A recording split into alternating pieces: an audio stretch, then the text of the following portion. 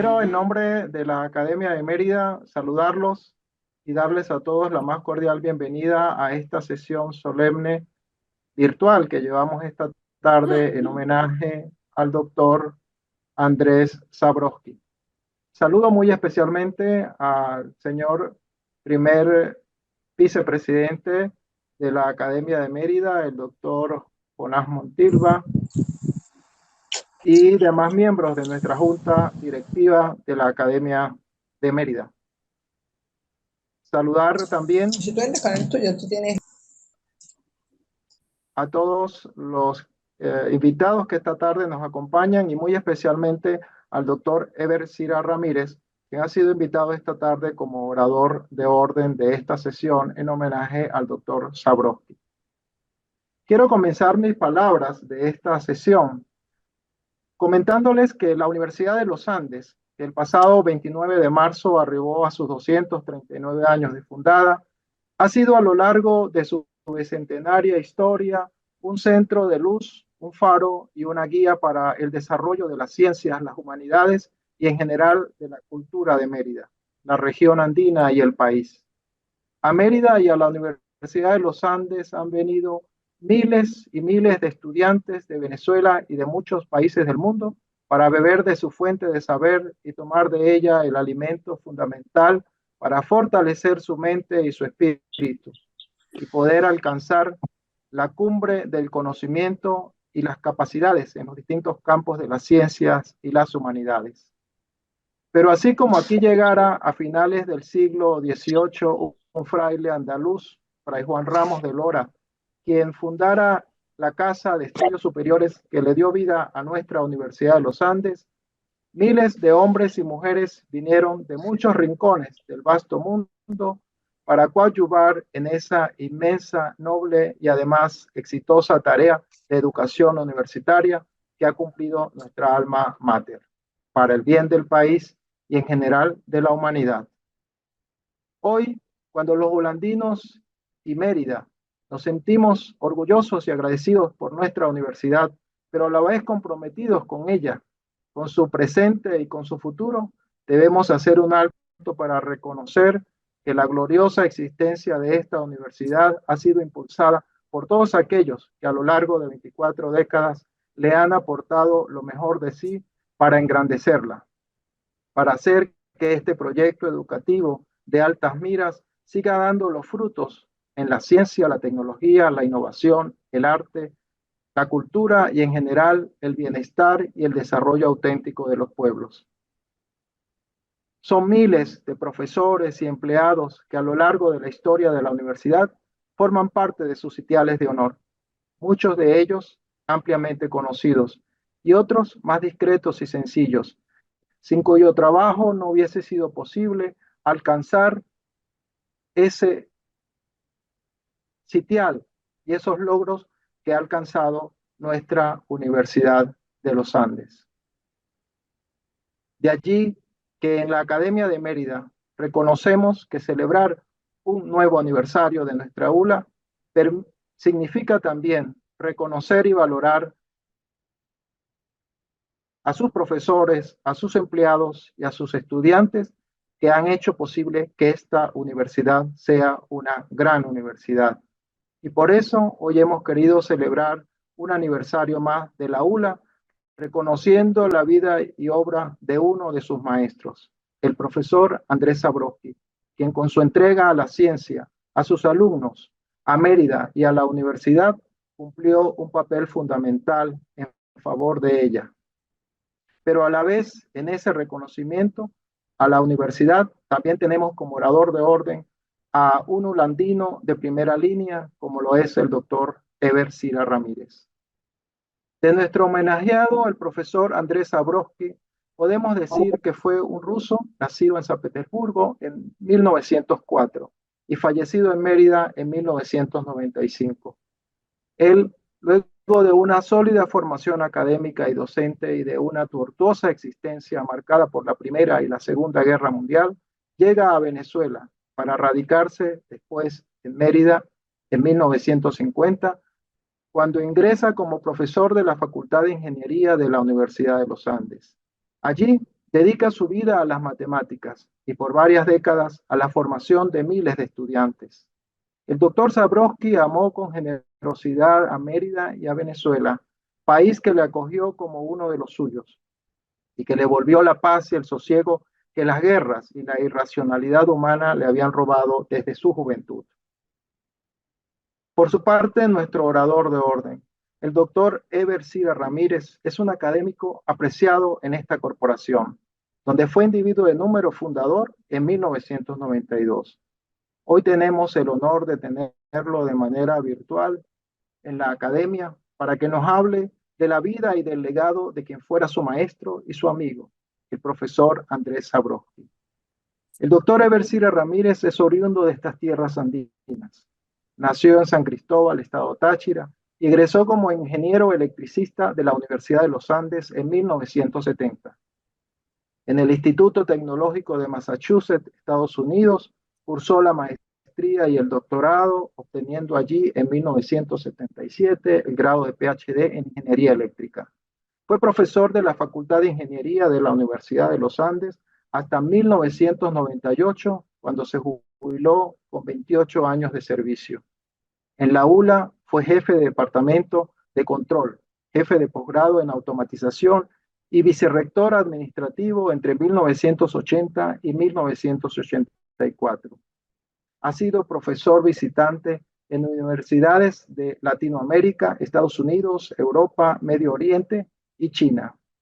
Desde 1998 es investigador titular de la sección de mecatrónica del Departamento de Ingeniería Eléctrica del Centro de Investigación y Estudios Avanzados del Instituto Politécnico Nacional de la Ciudad de México. El doctor Cira Ramírez ha recibido importantes reconocimientos como el Premio Regional de Ciencia Francisco de Venancy, el Premio Lorenzo Mendoza Fleury de la Fundación Polar en el área de matemáticas y el doctorado honoris causa en Ingeniería de la Universidad de los Andes en el año 2015. Ha publicado más de 500 artículos científicos en revistas internacionales y en congresos.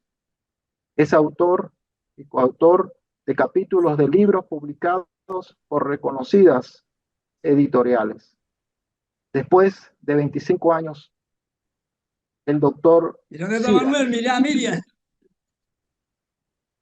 el doctor Cira es investigador nacional emérito del Sistema Nacional de Investigación de México y desde el año 2022. Allí estuvo por 20 años reconocido como investigador nacional nivel 3. Sus intereses académicos y de especialidad se centran en los aspectos teóricos y prácticos del control automático de sistemas dinámicos no lineales, con énfasis especial en métodos de álgebra diferencial, de geometría diferencial y de álgebra geométrica en control automático. Trabaja activamente en temas relacionados con rechazo activo de perturbaciones, sistema de estructura variable y regímenes deslizantes, así como sus aplicaciones en las áreas de electrónica de potencia, sistemas electromecánicos y robótica. En nombre de la academia, saludo muy cordialmente al doctor Eber Cira Ramírez, quien desde la Ciudad de México nos acompaña gentilmente para esta sesión de homenaje y le agradecemos por aceptar esta invitación de esta academia, corporación de la que fue individuo numerario, fundador y que será siempre su academia. Dejo entonces en el turno de la palabra a nuestro invitado de hoy, orador de orden, con sus sentidas palabras en homenaje al doctor Andrés Zabrowski. Muchas gracias. Muy bien, muchas gracias, doctor Luis Andia, por esta invitación. Por supuesto, hago extensivas mis gracias a toda la Junta Directiva de la Honorable Academia de Mérida. En especial, quiero agradecerle al doctor Álvaro Sandia Briceño su gentil participación en lograr que esto se hiciese realidad a través de la academia.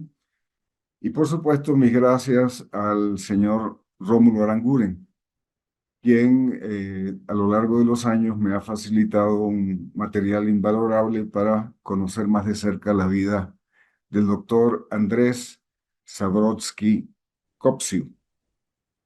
El doctor Andrés Zabrodsky Kopsiu nació en San Petersburgo en el año de 1904 y fallece en Mérida en el año de 1995. Si algo ha caracterizado la vida del doctor Andrés Zabrodsky es, por supuesto, su extraordinario y respetado nivel académico como profesor de análisis matemático en la Facultad de Ingeniería, habiendo enseñado de la Universidad de los Andes, habiendo enseñado, por supuesto, en la Escuela de Ingeniería Civil, en la Escuela de Ingeniería Forestal, en la Escuela de Ingeniería Eléctrica. Materias como cálculo infinitesimal, cálculo multivariable, ecuaciones diferenciales, sistemas lineales, estadística. El doctor Zabrodsky fue un científico de sólida formación, dedicado con pasión y devoción a la enseñanza de las matemáticas y a su divulgación. Su participación en la revista Ciencia e Ingeniería y en boletines de la Academia Matemática de Venezuela crearon realmente un interés de las personas que seguían su trabajo con artículos de mucho interés para varias ramas de la ciencia y no solo la ingeniería. El doctor Zabrodsky se caracterizaba por una facilidad asombrosa para realizar cálculos mentales. Contaba asimismo con sólidos conocimientos de física, de química y de biología. Es decir, era un hombre de formación integral. Y por supuesto, era un apasionado de la historia, un apasionado del arte y de la filosofía, la cual cultivó con esmero. Él fue un hombre de una inmensa honradez académica y personal. Llevó una vida productiva y modesta. Hizo muchas obras de caridad en la ciudad y donde quiera que lo llevó sus pasos, y expresó cabalmente su espíritu bondadoso, desprendido y generoso. Fue siempre solidario con los más necesitados. Era muy común ver los fines de semana gente que acudía a su casa y hacía esperas en la puerta de su casa para solicitarle alguna ayuda, la cual siempre contaba con su comprensión y su producción generosa de recursos para los más necesitados.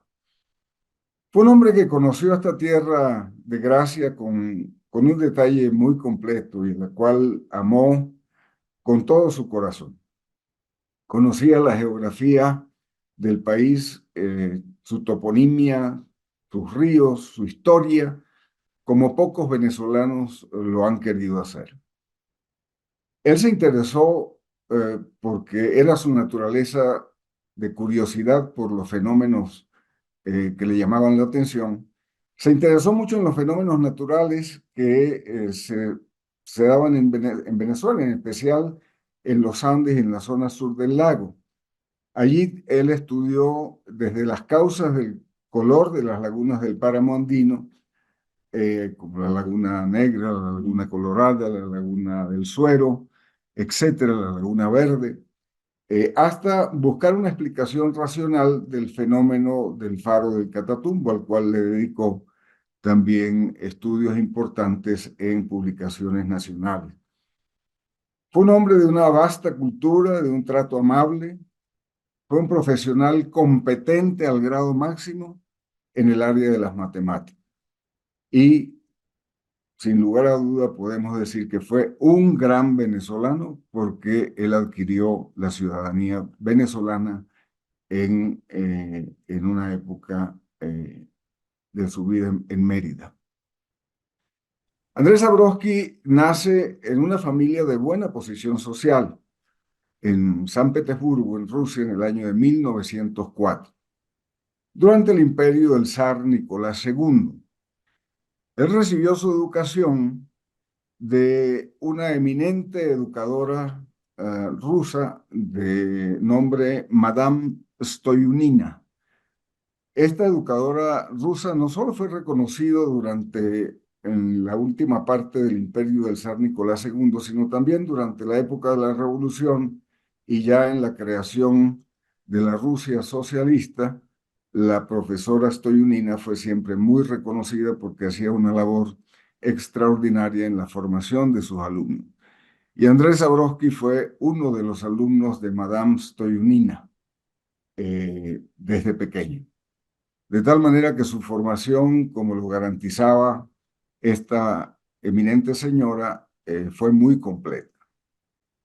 En 1914, la familia Zabrovsky se encontraba de vacaciones en la ciudad de Ginebra, en Suiza. Y es el momento, en el verano de 1914, cuando estalla la Gran Guerra, que luego se llamaría Primera Guerra Mundial, nombre que no ha debido usarse porque eso dio pie a que hubiera una segunda y de alguna manera si se hubiera quedado como la Gran Guerra, pues hubiera sido la tragedia grande y única que debió soportar la humanidad. Esta gran guerra sorprende a la familia en un periodo vacacional y la Primera Guerra Mundial se da con una serie de acontecimientos muy violentos, muy rápidos. Alemania le declara, el Imperio Austrohúngaro le declara la guerra a Bosnia, o a Serbia, perdón, y Rusia entra en ayuda de Serbia, declarándole la guerra a Alemania. Alemania también le declara la guerra a Francia y todos los países entran en una convulsión muy rápida, de tal manera que las fronteras se cierran. La forma como la familia Zabroski seguramente había llegado a Suiza se da por el mar Báltico.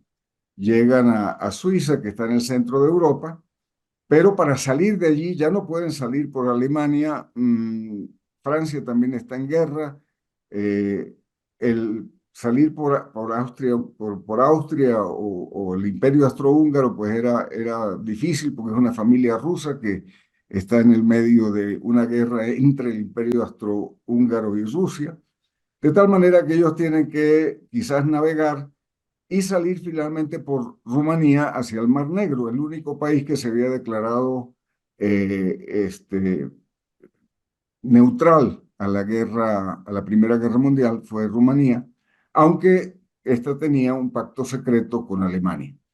La familia Zabroski alcanza el Mar Negro y de allí se van por bote a uno de los puertos cercanos, Odessa, y desde allí tienen que subir hasta San Petersburgo, que es una ciudad que está más o menos en este golfo. Bien, esas dificultades para poder atravesar una Europa en guerras fueron sumamente duras para toda la familia. Recordemos que en esa época el transporte se hacía en carruajes. eh, los carros no eran comunes en 1914, solo las personas de mucho dinero podían tener automóviles como aparecen en muchas fotografías, pero no era común que una familia tuviera la posibilidad de un coche. En Rusia se habían empezado ya a fabricar coches a través de la fábrica, de la fábrica de coches francesas. Tanto la Peugeot como la Renault habían estado fabricando coches en Rusia. Y es poco probable que la familia tuviera un coche, pero si estaban de vacaciones en Suiza es porque tenían medios para poder eh, costearse ese viaje para toda la familia. Bien, ellos pasan por inmensas dificultades porque pues, son detenidos en muchos lugares a pedirles su identificación, averiguar cuál es la razón por la cual una familia rusa está atravesando eh, países que tienen la frontera cerrada por causa de la guerra, y la movilización de todos los ejércitos, pues es la que va a utilizar los caminos principales que hay en Europa en ese momento, porque pues no es época de que gente civil ande por carreteras después de unas vacaciones. La familia logra llegar a San Petersburgo con grandes dificultades y esas son dificultades que van a caracterizar la vida del doctor Zabrowski por lo menos en los próximos 30 años. Porque Rusia es realmente en ese momento un mar de tempestades. Cuando ellos llegan, enfrentan primero las limitaciones de la Primera Guerra Mundial. El zar se ha ido al frente de batalla y deja encargada a la zarina y a unos ministros un tanto incompetentes al frente del gobierno del imperio. Y pues sobrevienen grandes equivocaciones en las decisiones que toman estos ministros. Al principio pensaban que Rusia tenía suficientes recursos para afrontar la guerra en el sentido de que la alimentación no iba a faltar y fue la primera gran equivocación que cometieron estos ministros encargados de los alimentos.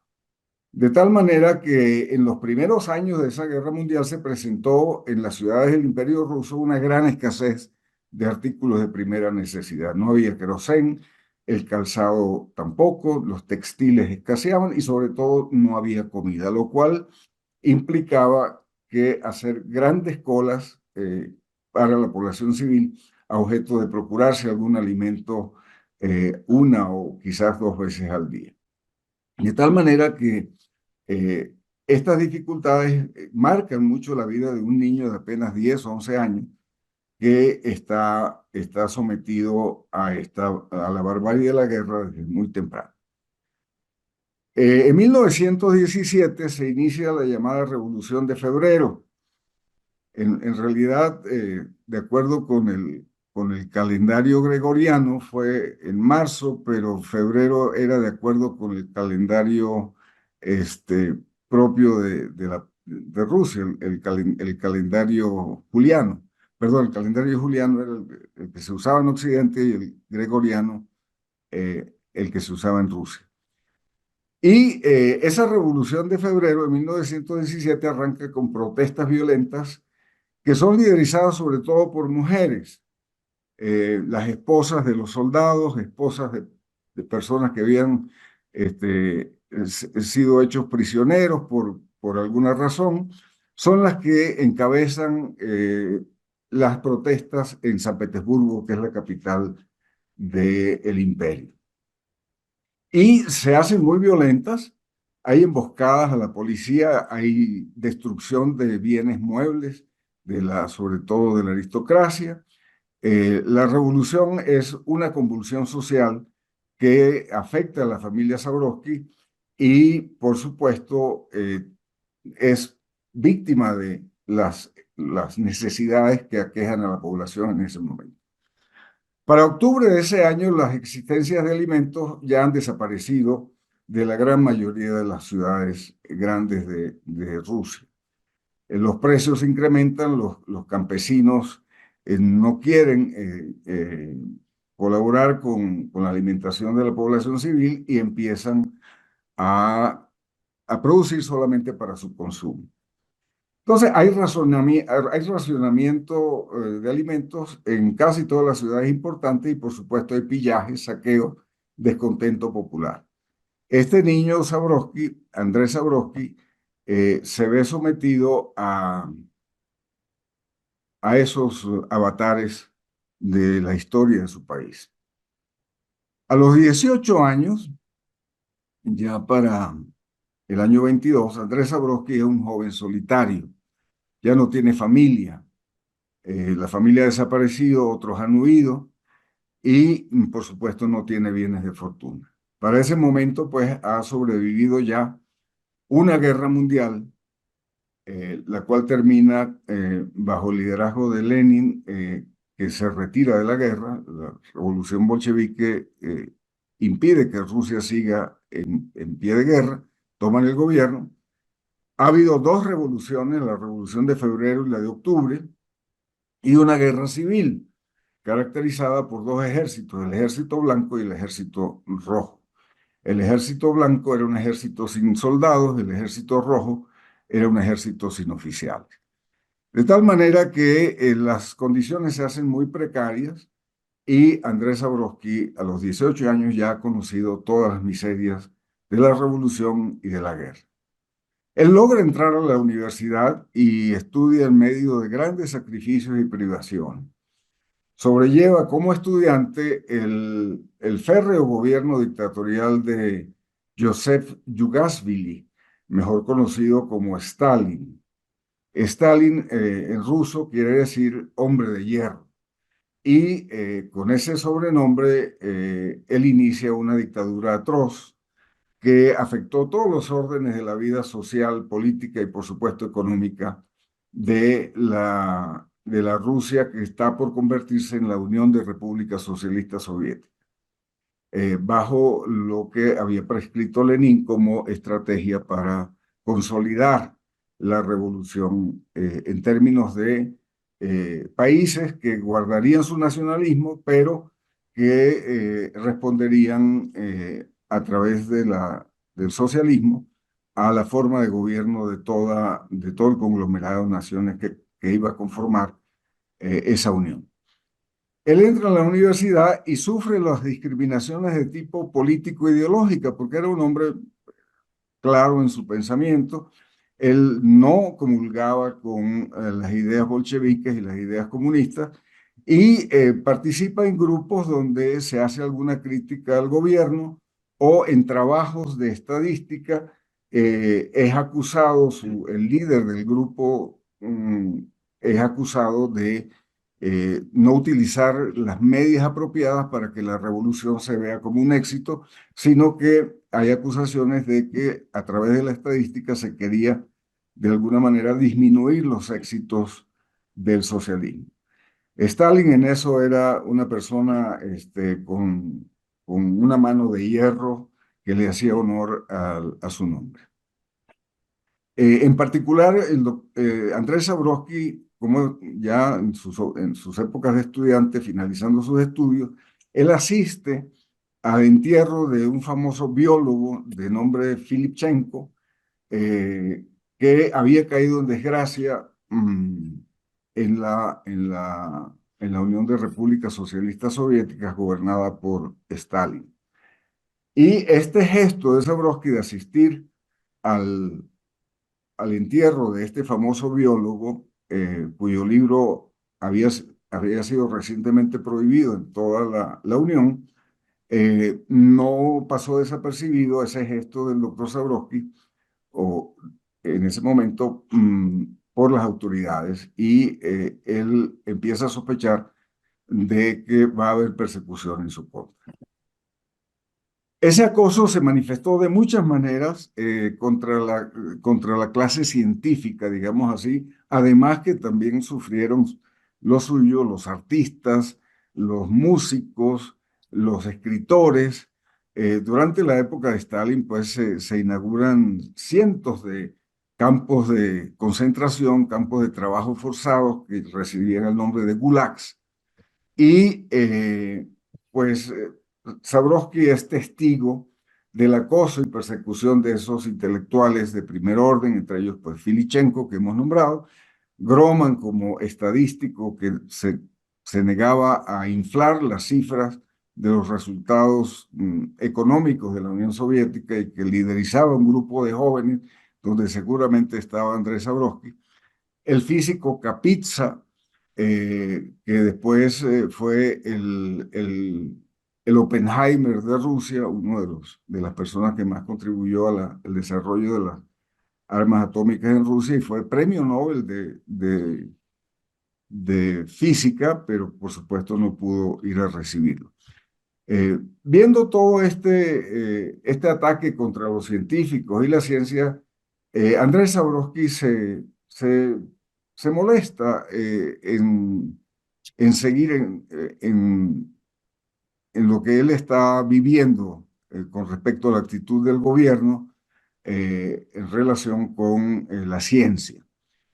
Y empieza a recopilar datos de los múltiples maltratos e injusticias que son sometidos los científicos rusos.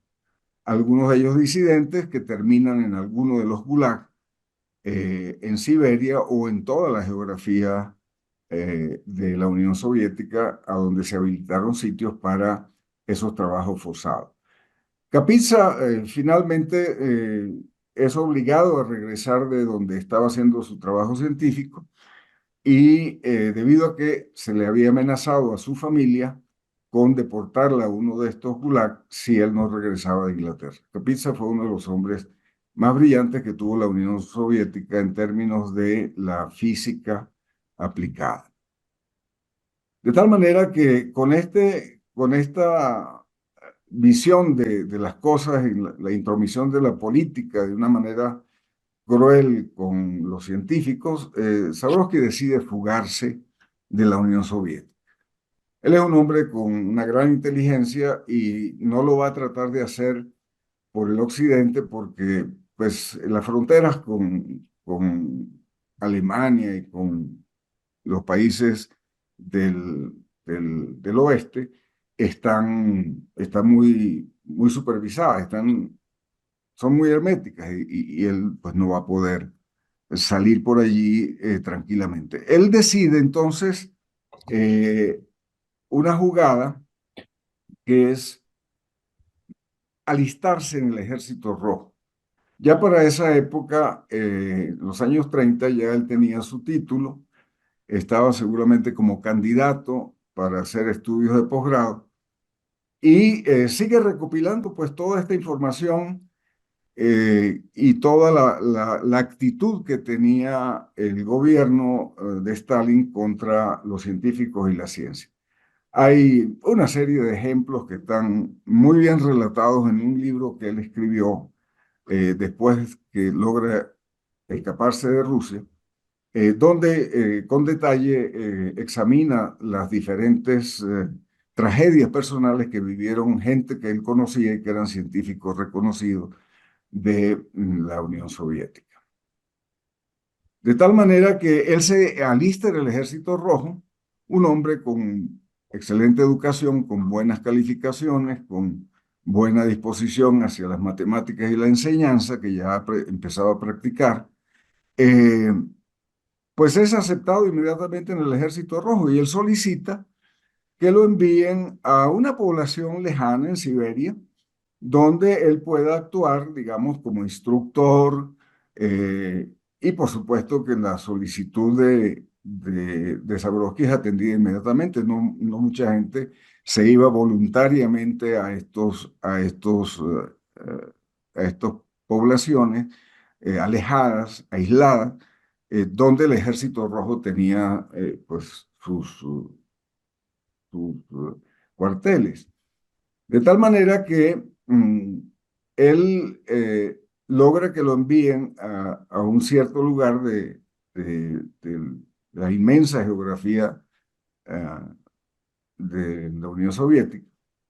Él viaja unos 8.000 kilómetros para llegar finalmente al sitio donde podía tener la categoría de un pionero que se daban en esa época. Los pioneros eran bienvenidos porque iban a poblar eh, aldeas y poblaciones que estaban muy deprimidas. De tal manera que él aprovecha su condición de militar, el cargo que le dan es agente político y en ese cargo él logra recabar mucha más información sobre las personas que ya no iban voluntariamente a Siberia, sino que eran castigados en campos de concentración eh, de la geografía rusa para purgar alguna pena, purgar alguna acusación de las cuales ellos siempre tenían que declararse culpables en los juicios públicos que Stalin había confeccionado para deshacerse de los disidentes. Y en esta época, pues mucha gente sufre enormemente con este sistema de castigo y la cantidad de personas que fallecen es grande. Sabrowski sobrevive Siberia, sobrevive sus realidades en una posición dentro del ejército y se ubica en un en un enclave militar que está a unos 2 días de la frontera con Manchuria. Él se fuga y emprende su viaje hacia Harbin. Él tiene que atravesar el desierto de Gobi.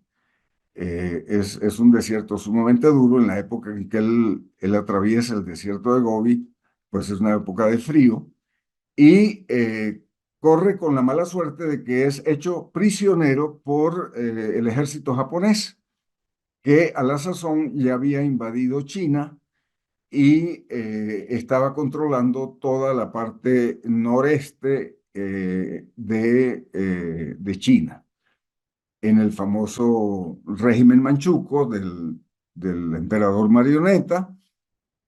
Sabrowski es hecho preso y corre el peligro de ser fusilado. Se le anuncia que va a ser fusilado.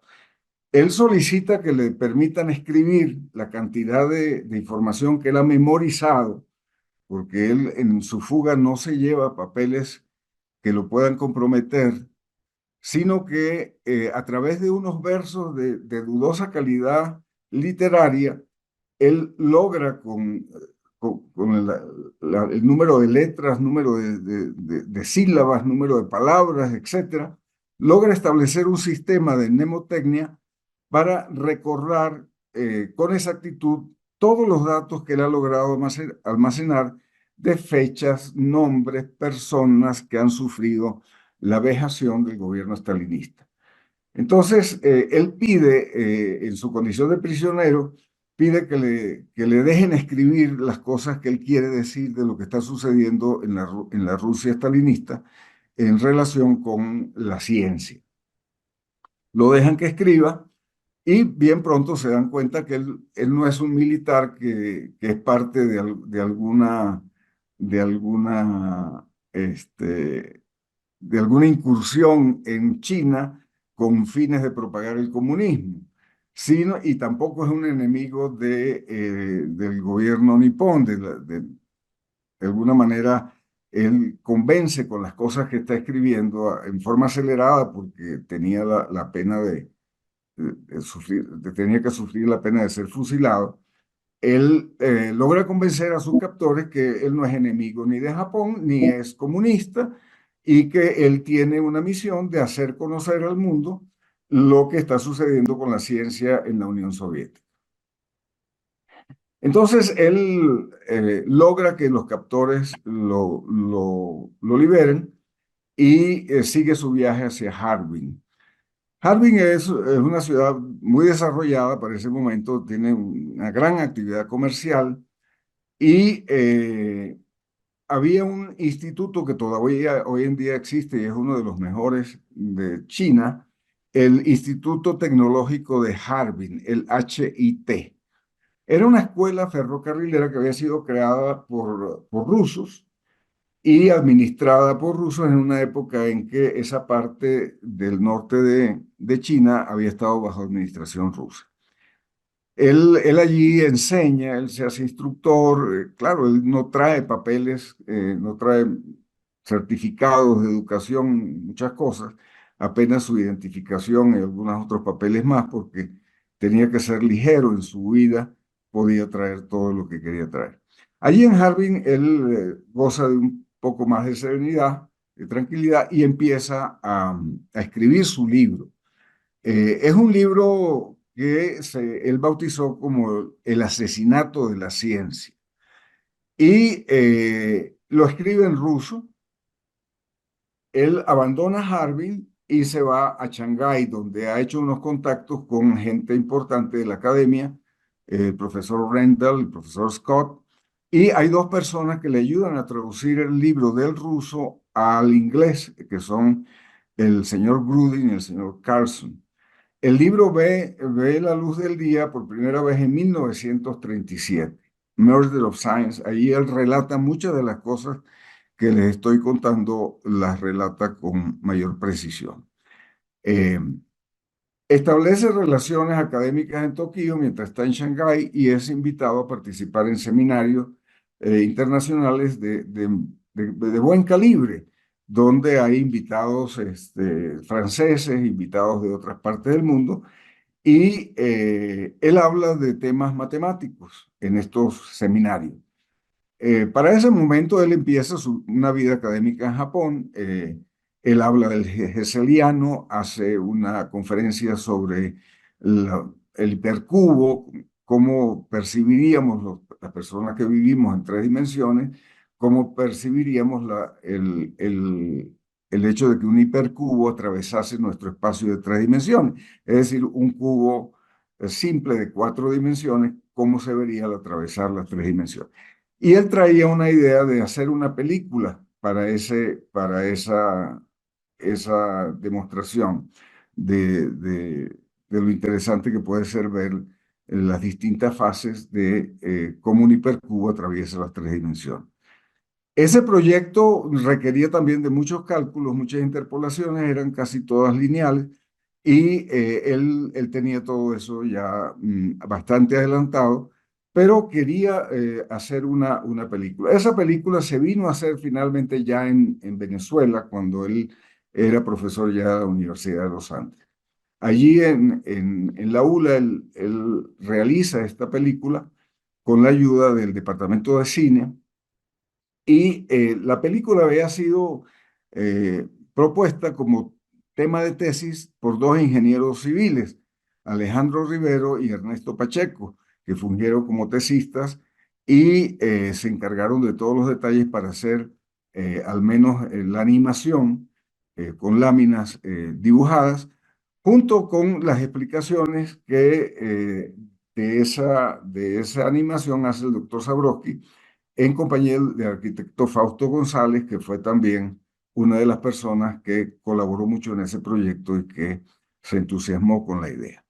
Esta película ustedes la pueden ver en su totalidad, donde está incluso la intervención del doctor Zabrowski en YouTube, en esa dirección que está allí, y que yo le he dejado a la academia en láminas como esta para que pueda ser copiada. El doctor Zabrowski se establece pues en Japón, él enseña, y en 1941 estalla el conflicto bélico entre el Imperio japonés y los Estados Unidos de América. Ya para este momento, Zabrowski, cansado de las guerras y las miserias asociadas con las guerras, decide emigrar y se embarca para abandonar Asia definitivamente. Pensamos que alrededor del año 42, 43, cuando ya ha estallado el conflicto con los Estados Unidos y el Imperio japonés. La mala suerte es que el barco donde viajaba es hundido por un torpedero americano, y él logra salvar su vida pues en un bote salvavidas, pero perdió pues sus pocas posesiones materiales, entre ellas los cálculos que había hecho para el llamado tesaracto, y los cálculos que tenía ya bastante adelantados de una tabla de ecuaciones cúbicas que había pacientemente elaborado durante unos 10 años en sus tiempos libres. De acuerdo con un relato que él me hizo a mí personalmente, en ese mismo bote salvavidas, una vez que se concientizó de que había perdido para siempre su trabajo en los papeles que tenía de equipaje, él empezó ahí en el bote salvavidas a realizar los cálculos de nuevo, es decir, inició otra vez su trabajo de la realización de tablas de ecuaciones cúbicas, las cuales también fueron publicadas en la Universidad de los Andes con un complemento de tabla de resolución de ecuaciones quínticas. Él llega a Venezuela, según Osvaldo Araujo, en 1944 y consigue empleo en el Instituto Venezolano de los Seguros Sociales. Luego se emplea en el Ministerio de Hacienda, donde llega a ser jefe de la sección de estadística. Hace cálculos del Centro de Gravedad Demográfico de Venezuela y otra serie de trabajos muy importantes. Él establece una gran amistad con el doctor Francisco Duarte, que había sido un gran matemático venezolano a quien admiraba y con quien mantenía estrecha amistad. Eh, bajo esta relación con el doctor Duarte, él lo nombran catedrático en la Universidad Central de Venezuela desde 1947 hasta el año 52. Allí, en ese periodo de tiempo, le enseña álgebra superior y otras materias relacionadas con las matemáticas. El doctor Duarte había sorprendido al mundo a la edad de 19 años.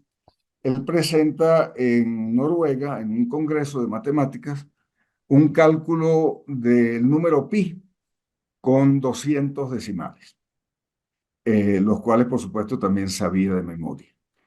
Y, eh, y esto, muchacho de 19 años que, que se había graduado de agrimensor, pues llamó mucho la atención. El doctor Duarte continuó sus estudios de matemáticas a más alto nivel y fue un gran matemático venezolano, muy amigo del doctor Sabrowski y por quien sentía gran admiración. A partir del año 52, el doctor Sabrowski, en viajes que había hecho desde Caracas y había conocido la Sierra Nevada y la ciudad de Mérida, él se enamora de las montañas merideñas, le gusta el andinismo, lo practica y pues se muda a la ciudad de Mérida, allí compra un terreno y hace una casa, que es la casa donde vivió toda su vida. Reside en Mérida y allí va a empezar a trabajar en la Universidad de los Andes, en la Facultad de Ingeniería. Trabaja sin descanso, es un gran profesor, enseña eh, materias de matemáticas con mucho acierto, con gran entusiasmo.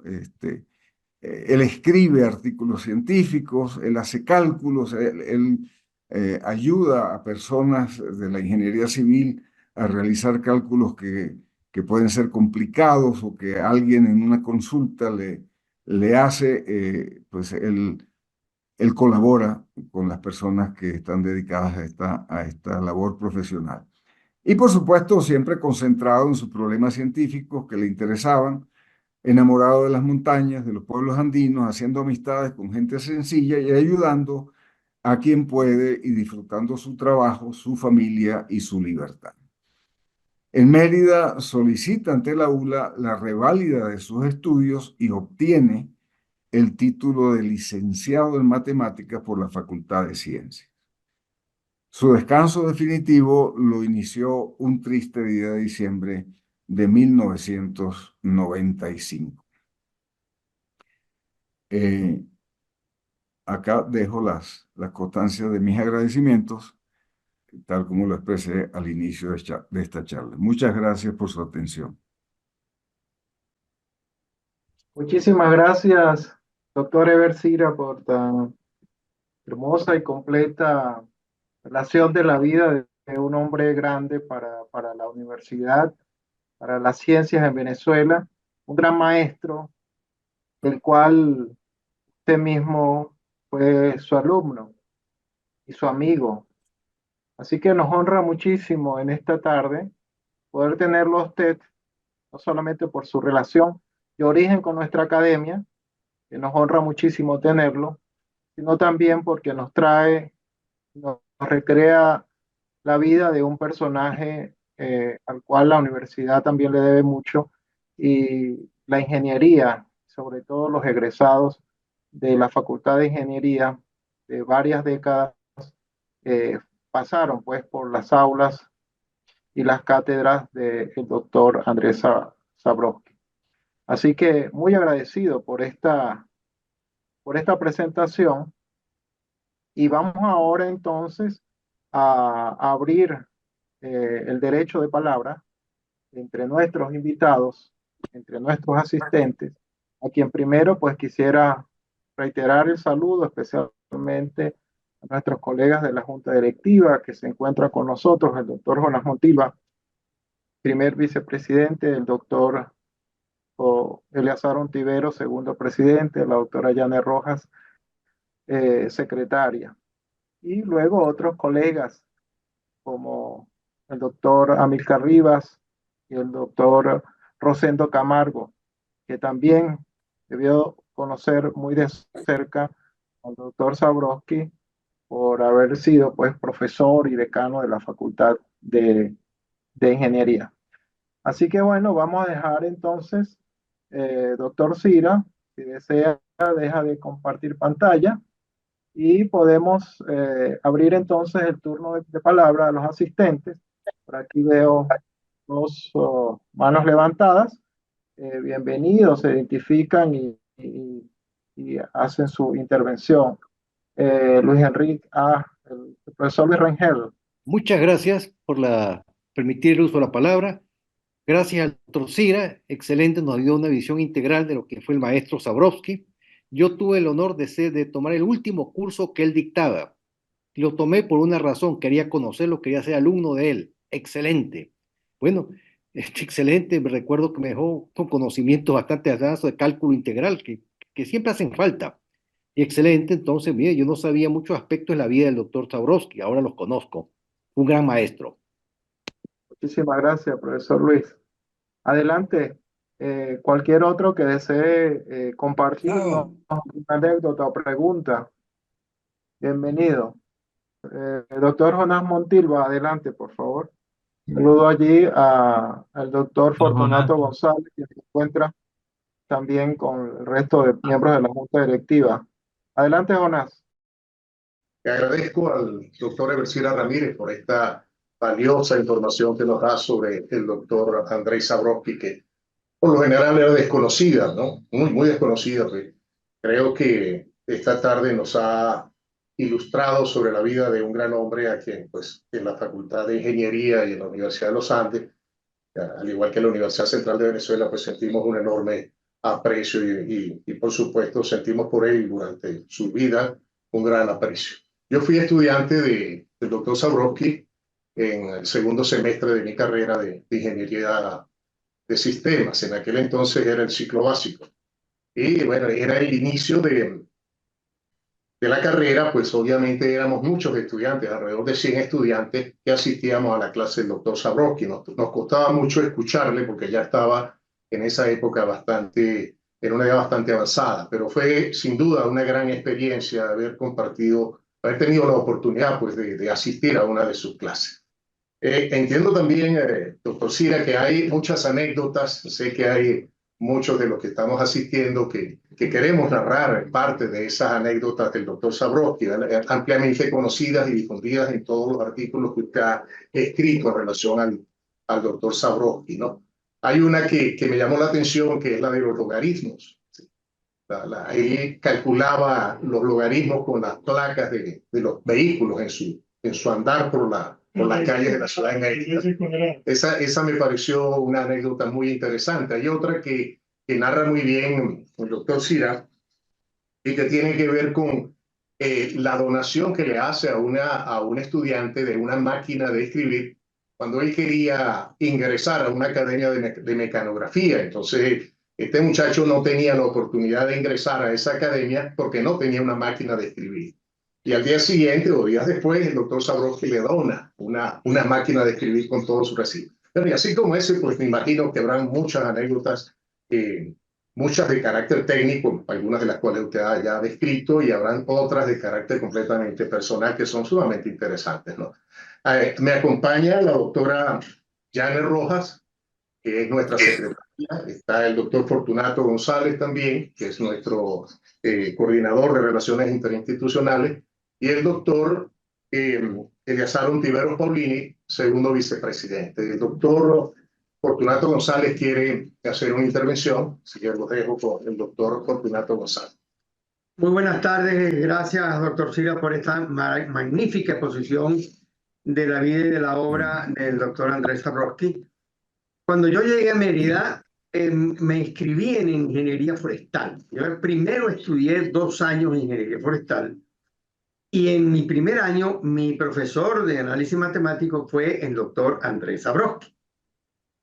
Pero mi anécdota va también por el lado político, porque yo ingreso a ingeniería forestal y soy inmediatamente candidato a presidente del centro de estudiantes de ese centro contra Guido Ochoa, que era el líder del movimiento de izquierda revolucionaria, y de alguna manera ya estaba la guerrilla metida dentro de la universidad y particularmente en ingeniería forestal. Y claro, me tocó ser candidato a presidente del centro de estudiantes por la democracia cristiana. Entonces, Pues el doctor Zabrowski no solamente fue mi profesor, sino que yo tenía que subir varias veces a su cubículo, que estaba en el segundo piso, y allí tuve un contacto con el doctor Zabrowski muy cercano. Me ayudó muchísimo en la parte, digamos, de la discusión política, y más de una vez lo acompañé desde la Facultad de Ingeniería Forestal, que quedaba entonces en la Avenida Don Tulio, hacia el espejo allí, en donde Caminita. estaba la Avenida Don Tulio, y allá vivía a mano izquierda. Él muy agachadito ya, pero caminaba y tal, y hablábamos mucho. Pero quiero vincular no solamente mis estudios matemáticos, que para mí fueron fundamentales, sobre todo para después, cuando ya yo soy abogado, esa mentalidad del ingeniero la combino con la mentalidad del abogado, que es otra cosa totalmente distinta, un razonamiento distinto, pero eso me ha ayudado mucho. Y sobre todo en la claridad que siempre he tenido en mis ideas políticas, centradas en la libertad, en la democracia, sobre todo en la autonomía de la universidad, en la autonomía de cátedra, tan amenazada hoy. Y eso se lo debo yo a ese grandísimo hombre que fue mi profesor Andrés Abreu. Ahorita está hablando. Sí, pero no Muchísimas gracias, doctor Jonas Montilla, doctor Fortunato González. Creo que estaba con la mano levantada el señor Miguel Sánchez. Si tiene a bien intervenir, bienvenido. Buenas tardes. Bueno, la verdad que Muy buenas una tardes. gran felicitación al doctor Eversira por magnífica conferencia que ha dado de un personaje que marcó pauta en la Universidad de los Andes en el área de ingeniería. Yo estoy en este momento representando a un grupo del año 1968 que formamos parte de la promoción Andrés Zabrowski aquí en el Liceo Simón Bolívar de la ciudad de San Cristóbal.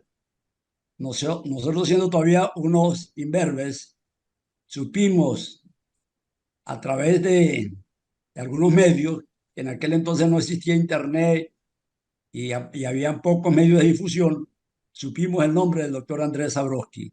Entonces la promoción de ciencias, éramos aproximadamente 200 estudiantes, escogimos su nombre para que fuera nuestro padrino. Y de ahí viene nuestro siempre recordado eh, valores científicos que ha tenido el doctor Andrés Zabrowski. No lo tuvimos más oportunidad, bueno, en el caso mío, porque me fui a la Universidad Central y luego a la Universidad del Zulia, de volverlo a ver, pero siempre lo seguimos. Y precisamente tuve que buscar parte de su biografía en el año 2018, que me correspondió dar el discurso precisamente de los 50 años de graduado bachiller, y para mí fue algo muy agradable y muy placentero. Yo pudiera resumir que el doctor Andrés Zabrowski, además de científico, fue un personaje con mucha humildad, que quizás fue lo que lo malo destacó. Gracias. Muchísimas gracias. Muchísimas gracias, profesor, profesor Sánchez, por su intervención y esa anécdota del padrino, ahijado entonces del doctor Zabrowski. Exactamente. ¿Estuvo con ustedes en aquella ocasión en San Cristóbal? Sí, estuvo con nosotros. Nos pareció un poco difícil, pero bueno, fíjense, nosotros éramos niños de 16, 17 años, pero tuvimos ese placer de habernos acompañado. En aquel entonces se oía que era el octavo matemático del mundo. No sé si eso estaba clasificado así o no, pero eso fue lo que más nos emocionó, porque éramos un grupo de verdad que la mayoría, yo creo que el 95% de esa promoción llegó a ocupar, bueno, o ha ocupado bueno posición, digamos, profesional, pues. Yo soy profesor del Centro de Estudios de Corrupción de la Universidad del Zulia desde el año 1974. Inclusive el doctor Ever Cira lo conozco porque fui editor de la revista técnica de la Facultad de Ingeniería durante 20 años y él ha sido con nosotros asesor y ha sido evaluador de los trabajos científicos de allí. Gracias, profesor Cira. Gracias a usted, gracias a usted. Muchísimas gracias. Bueno, también tenemos al doctor Rosendo Camargo, individuo de número de nuestra academia. Profesor Camargo, adelante. Buenas tardes. Buenas Ante todo, yo quiero felicitar al doctor Sira por la interesante biografía que hizo de doctor Sabrowski y agradecerle pues que nos haya enseñado todas esas experiencias que él tuvo. En la intervención él mencionó pues, yo fui alumno de él pues, por ahí por 1955, creo que fue la primera vez que fui alumno y seguramente el año siguiente. Y después compartí pues en la facultad ser profesor. A mí me tocó presenciar la película esta del hipercurvo que señala el doctor Shira, que él traía como sueño y lo realizó en Mérida. Y la explicación que se me quedó grabada fue que él empezó a enseñarnos que si existiera un mundo plano donde habitaran figuras de dos dimensiones y que tuviesen y sus seres, los seres que ahí vivían, solo percibían esas dos dimensiones, o sea, alto y ancho y no en la tercera dimensión. Entonces, esos seres incapaces de percibir la tercera dimensión, el paso de un cubo que nosotros conocemos por ese espacio, si nosotros lo introducíamos primero un vértice, apreciaríamos solo un punto. Al profundizar un poco más, veríamos un triángulo y así sucesivamente una serie de polígonos hasta que el cubo lograba pasar por ese espacio plano. Eso lo señalaba él como explicación de cómo verían los seres de dos dimensiones el paso de la tercera dimensión. Y de manera similar, entonces, él señalaba el paso del hipercubo por nuestro espacio, que solo estamos capacitados. Aunque yo he visto por ahí que los matemáticos hablan de muchas dimensiones, nosotros, por lo menos yo me siento capacitado solo para apreciar tres dimensiones. Entonces el paso del hipercubo empezaría a producirse a lo mejor por un cubo, después otras combinaciones de cubos hasta que de poliedro hasta que saldría de nuestro espacio. Eso fue cuando yo fui espectador del César Rengifo, que señalaron esa película que era la tesis de grado ahí muestra a Ernesto Pacheco. Ese fue posiblemente mi alumno, o sea que es después de que yo me gradué. Eso debió ser por ahí en el año 1960 que la exhibieron.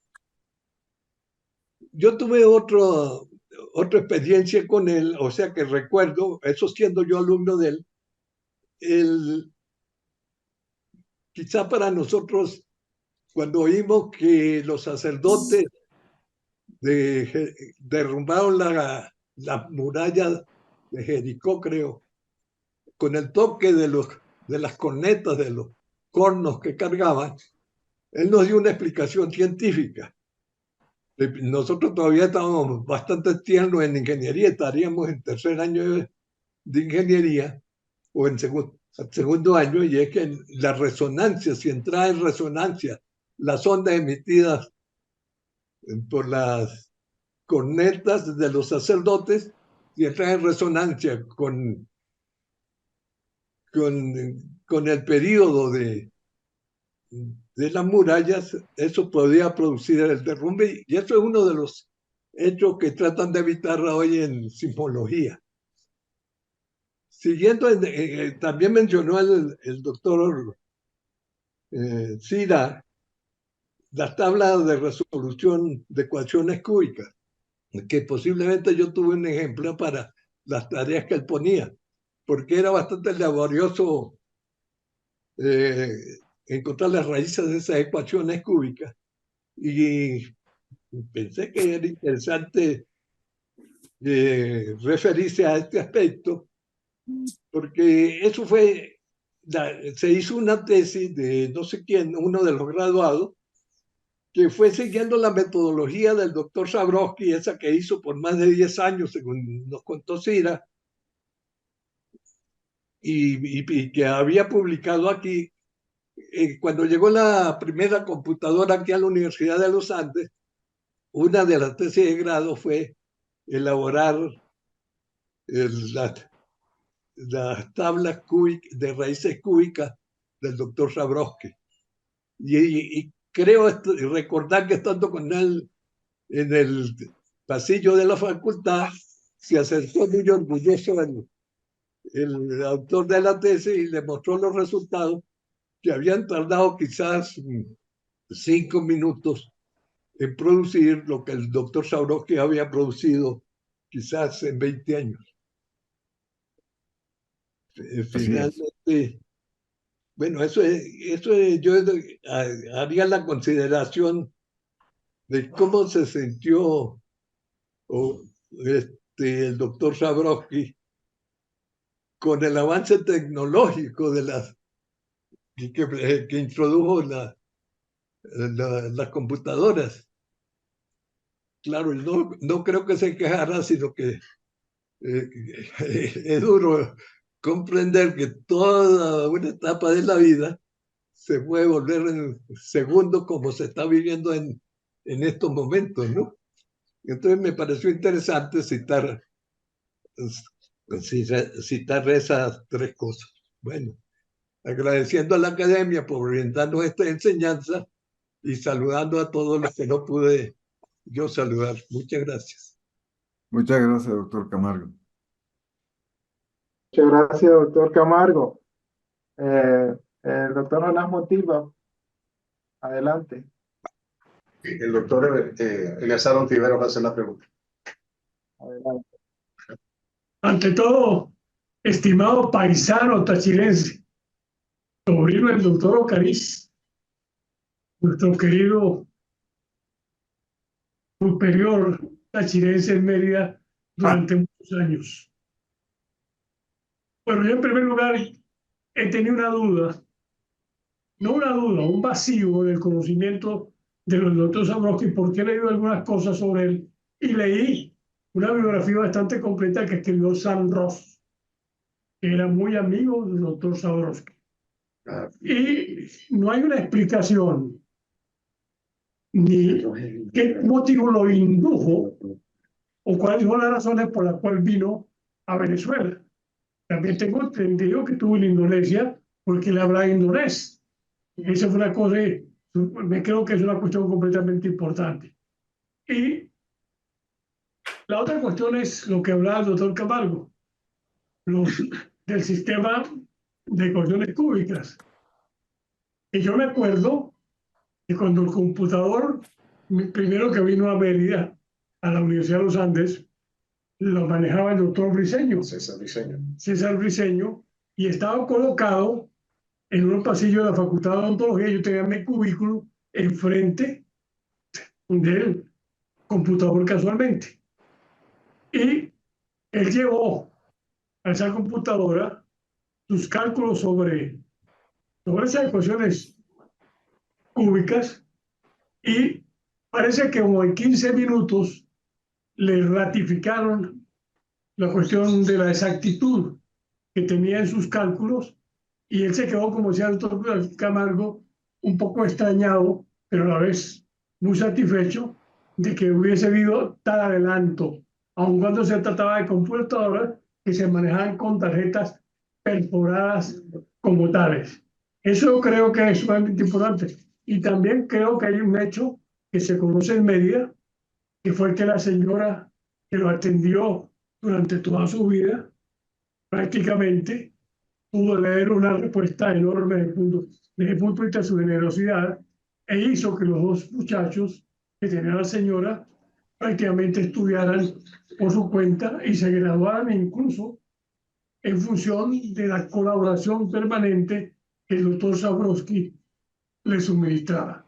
Eso es supremamente importante, yo creo, y me da una impresión importante de que el biólogo de quien hablaba tiene algo que ver con el padre del materialismo histórico, sí, con Pleyanov. Pleyanov fue el padre del pueblo y fue profesor de Lenin, en particular, y un hecho importante que sostenía, que para nosotros algo que tiene que ser completamente contradictorio, era el hecho de que no se debía enseñar genética en las universidades. Incluso mantener el criterio de que era posible sembrar palmas o hacer crecer palmas sembrando frijoles. Y eso lo decía el padre del materialismo histórico. Doctor Cristóbal, paisano nuestro, muchas gracias por la disertación y todos, pues creo que Media recuerda con mucha propiedad al doctor Zabrowski.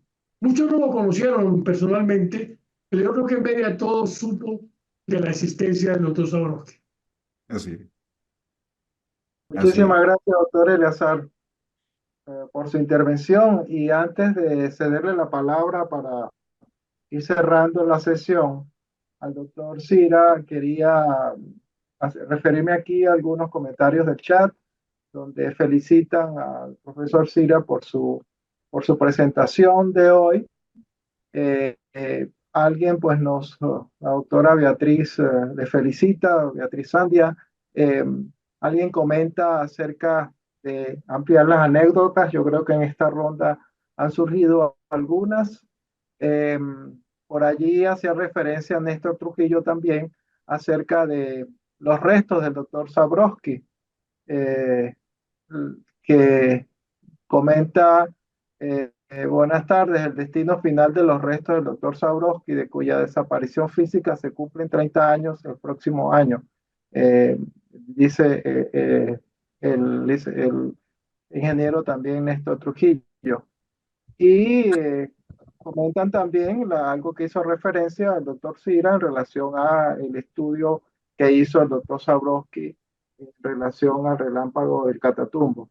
Pero quisiera finalmente también hacer referencia a un comentario que me hizo ayer el profesor Germán Uzcategui, ingeniero Germán Uzcategui, profesor también de acá de la Universidad de los Andes y primer director venezolano del CIDIAC, que me comentaba ayer, comentaba no poder estar acá, pero decía una anécdota interesante. Nos comenta que el profesor Zabrowski fue su profesor en análisis matemático en primero, segundo y tercer año de ingeniería, al final del cual le tocó a Germán Uzcategui,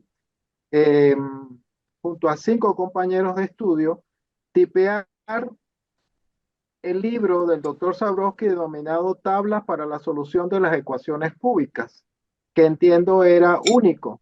Tenía más de 150 páginas y tipearlo en esténciles hace 70 años fue una tarea admirable. Zabrowski fue una persona y un profesor admirable. Siempre lo tuve en la mayor de mis estimas. Envía un saludo cordial a la academia, a la sesión y muy especial para el doctor Eber Cira, de quien dice, hermano Uzcategui, dale mis saludos a Eber Cira. Fui su profesor en el Colegio San José cuando estudió segundo año de bachillerato. A este saludo del profesor hermano Uzcategui, anexo también el de Osman Viloria, que a través de un mensaje pues saluda allí presente, pero tiene dificultades con la garganta ahora. Así que bueno, le dejamos en la palabra al doctor Cira para ir cerrando esta sesión. No sé si me pueden oír. ¿Sí me oyen? Lo oímos perfectamente con el acento no mexicano, sino del Táchira. No, aquí se dice, ¿sí me escuchan?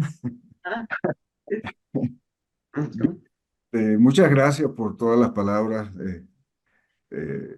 parte de los asistentes. Es un verdadero honor para mí recibir ese estímulo.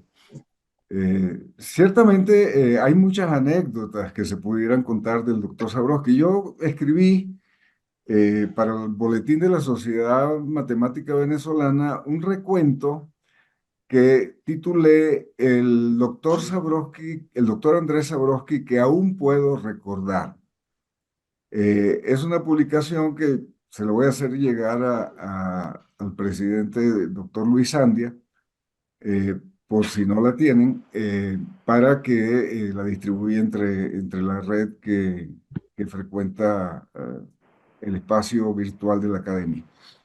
En realidad, en la Mérida de los años 50, el doctor Zabrowski era una celebridad. ¿Se va a acabar ya el tiempo? ¿O qué? No, alguien intervino que tiene el micrófono encendido, por favor, apagar los micrófonos. Ok. Adelante, doctor Eber. Sobre el doctor Zabrowski, pues se tejieron muchas historias y anécdotas, algunas nacidas del respeto, de la admiración, del cariño que sentían por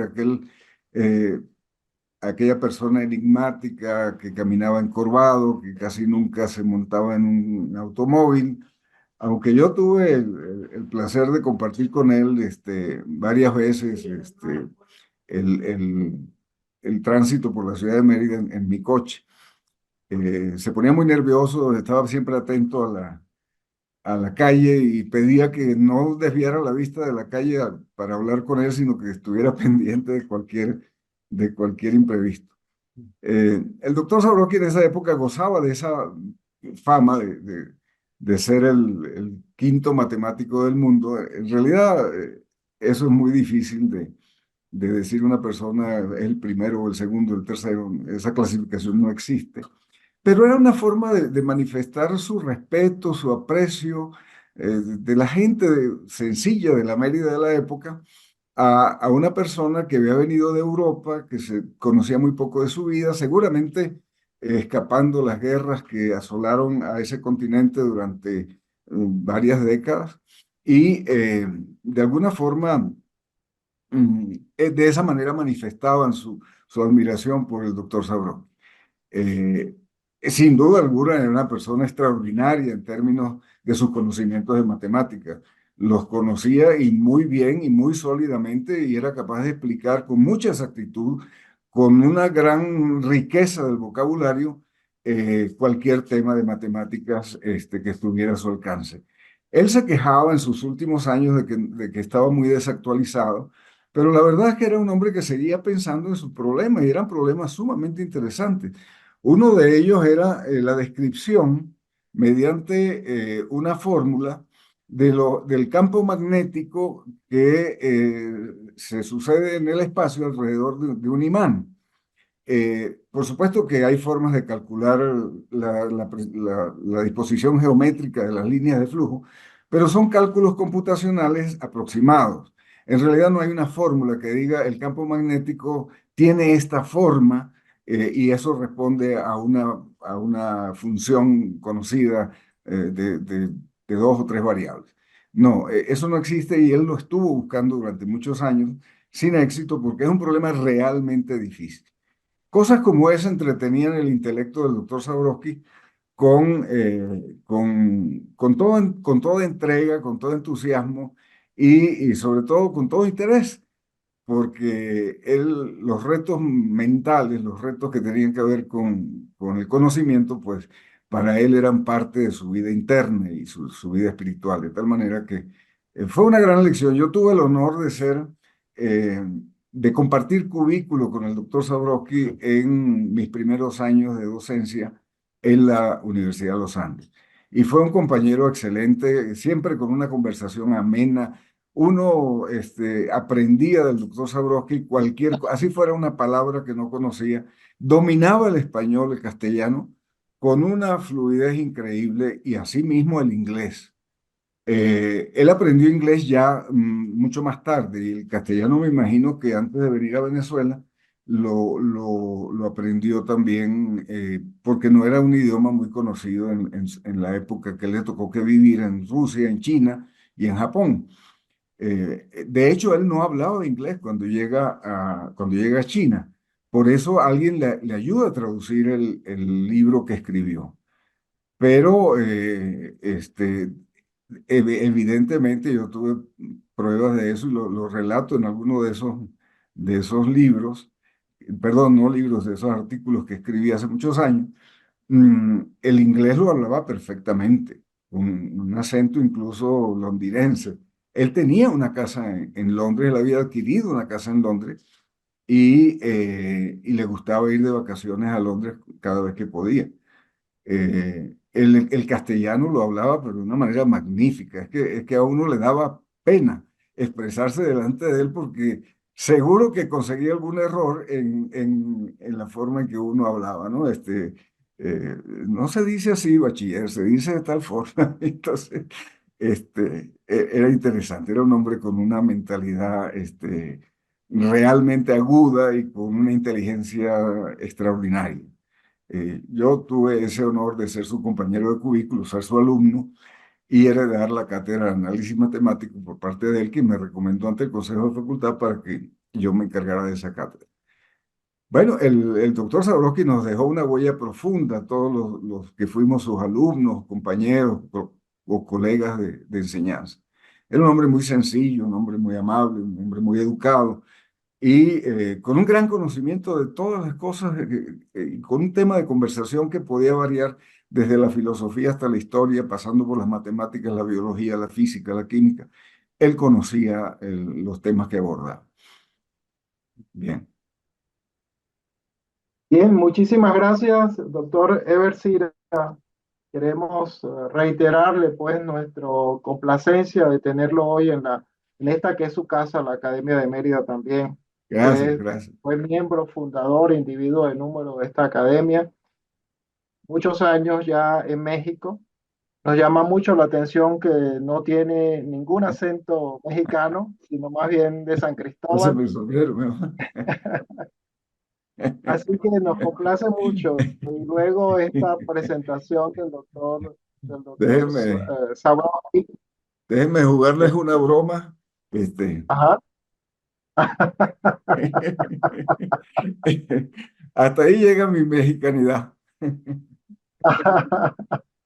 Bueno, bastante, pues esos sombreros son pesados. Así que bueno, un gran gusto tenerlo y que nos hable, Gracias. nos recree esta vida tan estimulante que además sobrevivió a tantas circunstancias de dificultad, hasta el naufragio, eh, no anecdótico, sino realmente vivió un naufragio increíble y que Así fue es. una vida memorable y también como venezolanos nos sentimos igualmente complacidos de que esta haya sido una patria y una tierra donde el doctor Zabrowski haya podido realizarse como docente en una sociedad que le brindó todas las oportunidades. Así que muy complacidos esta tarde, doctor Cira. Esta es Gracias. su casa. Lo queremos ver en cualquier momento con nosotros y agradecerles a todos los miembros de la academia que esta tarde nos acompaña, a todos los invitados especiales para celebrar esta vida de un universitario como el doctor Zabrowski a través de la palabra de otro gran ulandino como el doctor Ever Sira en el marco pues de este nuevo aniversario de la Universidad de los Andes que ya se enrumba a los 240 años de existencia. Así que los esperamos a todos la próxima semana en nuestra sesión presencial donde vamos a hablar sobre la inteligencia artificial y la gestión integral de recursos agua con el doctor Luis Mora. Así que hasta una próxima oportunidad. Muy buenas tardes, tengan todos. Bien, gracias. Muchas gracias a la academia. Gracias. Y a todos los participantes presentes en esta charla.